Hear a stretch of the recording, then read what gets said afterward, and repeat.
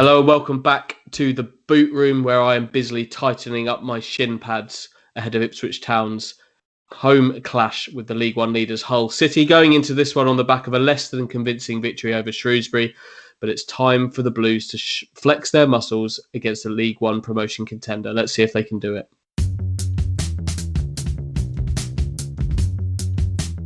You've touched on it there, Andy. The record against promotion rivals in League One has been poor. Last season, played 18 games against the teams that finished ultimately above them in League One. Won just 2 of them, and they came early in the season at Fleetwood and at Gillingham. 8 draws, 8 defeats, and that record has bled over into this season, really, with defeats at high-flying Lincoln and Sunderland so far. So until they beat one of the teams that are going to be a promotion rival, there's always going to be some doubts knocking about. Okay, so Paul Lambert's team selection for this big game, that's going to be dictated by injuries largely. 2 new ones at the weekend, Teddy Bishop with his ankle, John Nolan's groin. That's added to Gwion Edwards, who also missed the game with a hamstring injury. And then also James Wilson as well, who's out with a knee. Ollie Hawkins, slightly better news on him. He could potentially return from a number of aches and pains, I think it's fair to say, with the big striker. But then there's also the long-term injured. That's Flynn Downs and Cole Skews, both with knee injuries. And then Kane Vincent-Young, who now hasn't played for over a year with what is currently an Achilles problem. That's going to dictate Lambert's selection. But where do you reckon he's going to go with this, Stu?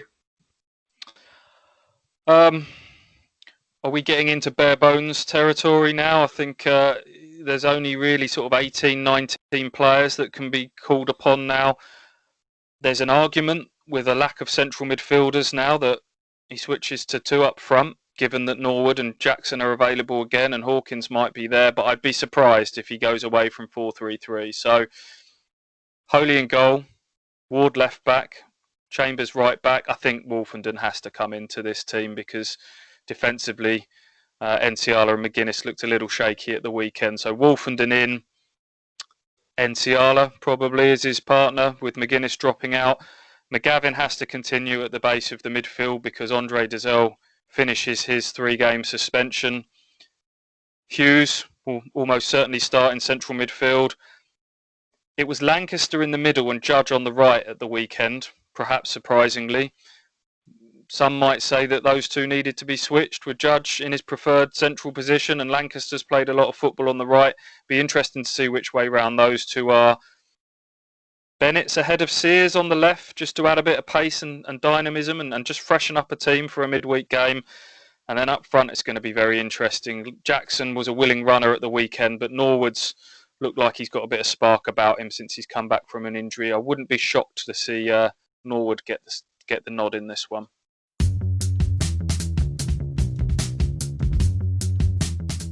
Okay, as always on the boot room, we're going to finish off with some predictions. Stuart Watson, are Ipswich Town going to get a long-awaited victory over a promotion rival? Ipswich have got to be better than they were on Saturday. I think they will be better.